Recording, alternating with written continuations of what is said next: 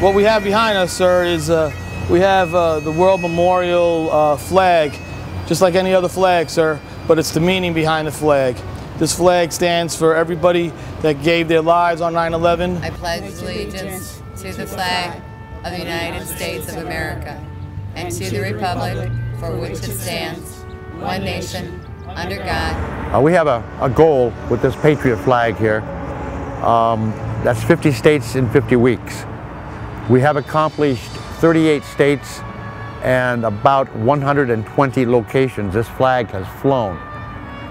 It will fly then in the Pentagon about noon hour, at the night, New York City. All 3 attack sites will be flown on the 10th anniversary.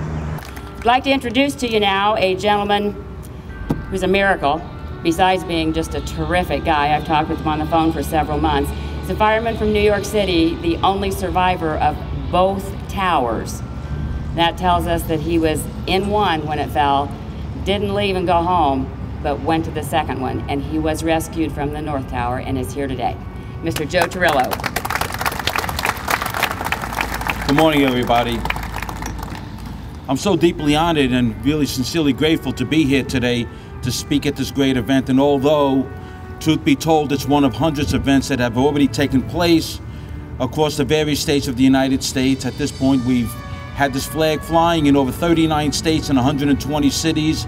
It's traveled over about 120,000 miles and has flown as far north as the North Pole in minus 20-degree weather on Christmas Eve, and as hot as 115 degrees on September 13th of 2010 in Bullhead City, Arizona.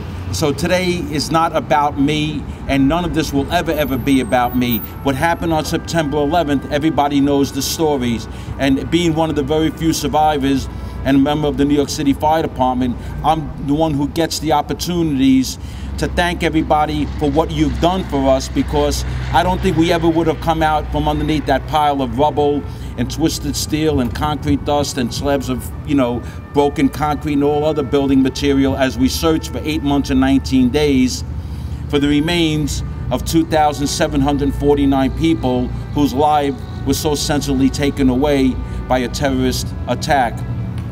FedEx stepped up to the plate and says, you know something, we believe in this and we're going to do it. And I know hundreds and hundreds of years from now, the love and patriotism of this country forever shall be the legacy of the FedEx Corporation. And I just want to say, God bless all of you always and always. Thank you.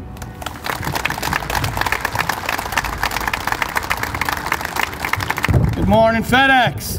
Good morning. I outran the collapse of the South Tower, went back in, got a call for a firefighter down in the North Tower. Building collapsed on top of me. Was rescued by a Port Authority police officer, taken to a burn center, signed myself out of the hospital against medical advice, went back to ground zero and put in 497 hours. But nobody has survived the collapse of the 2 towers, like my buddy Joe Torrillo right here. Joe said it the best. This project would not be possible if it wasn't for the great, phenomenal, outstanding, superb men and women of FedEx. Let's hear it for FedEx.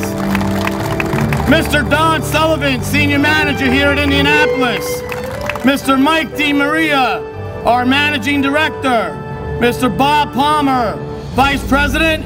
And Mr. Ross Dahlstrom, Senior Manager of our trucking division. This case has traveled all over the country. It's got a little bit more to go. And if it wasn't for FedEx, it wouldn't make its rounds. So FedEx, hoorah! Thank you.